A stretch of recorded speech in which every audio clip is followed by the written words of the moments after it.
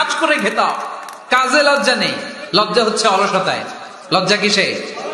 আজকের আলোচনা থেকে এটা মুখস্থ করে নিতে হবে, কাজে লজ্জা নেই। লক্ষ্মীপুরের ইয়াংস্টারেরা শ্রমে লজ্জা নেই, পরিশ্রমে লজ্জা নেই, লজ্জা অলসতায়। লজ্জা কিসে?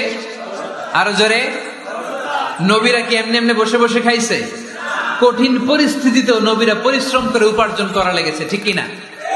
সাইয়েদনা মারিয়াম আলাইহিস সালাম, যার নামে আল্লাহ তাআলা কোরআনে একটা সূরা দিলেন, উনি পৃথিবীতে এমন একজন মহিয়সী নারী, যেই নারীর গর্ভে, যেই নারীর পেটের ভেতরে স্বামীর স্পর্শ ছাড়া সন্তান দিয়েছে কে? সাইয়েদনা ঈসা আলাইহিস সালাম পেটে আসলেন, মারিয়াম আলাইহিস সালাম লজ্জা পেলেন।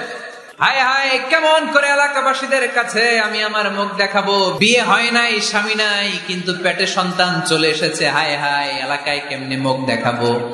লজ্জায় পড়ে মারিয়াম আলাইহিস সালাম এলাকা থেকে চলে গেলেন। কি অবাক করা কাণ্ড!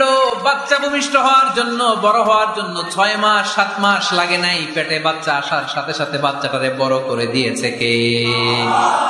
সাইয়েদাতুনা মারিয়াম আলাইহিস সালাম এবার বসে পড়লেন, বুঝতে আরম্ভ করলেন প্রেগন্যান্সির পেইন উঠেছে।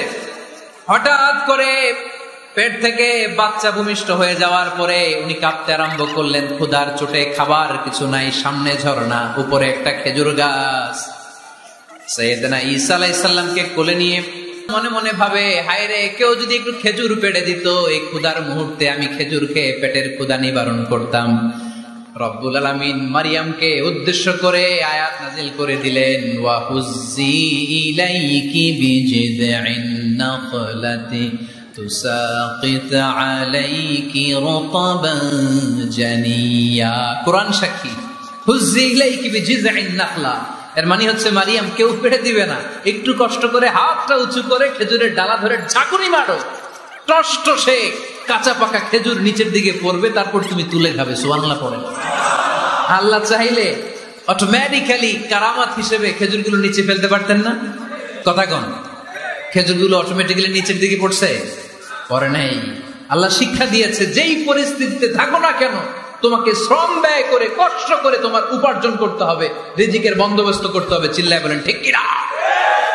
ইসলাম আমাদেরকে এটাই শিখিয়েছে, কাজে লজ্জা নাই। আবার বিশ্বনবী বললেন, ইন কামাতিস সাআ ওয়া ফি ইয়াদি আহাদিকুম ফাসিলাতুন, তোমাদের কারো হাতে যদি একটা চারা বীজ থাকে, সে যদি দেখে কিয়ামত হতে শুরু করেছে, ফা ইন ইসতাতাআ আন ইয়াগরিসাহা ক্বাবলা আন তাকুমাস সাআ ফালইয়াগরিসহা।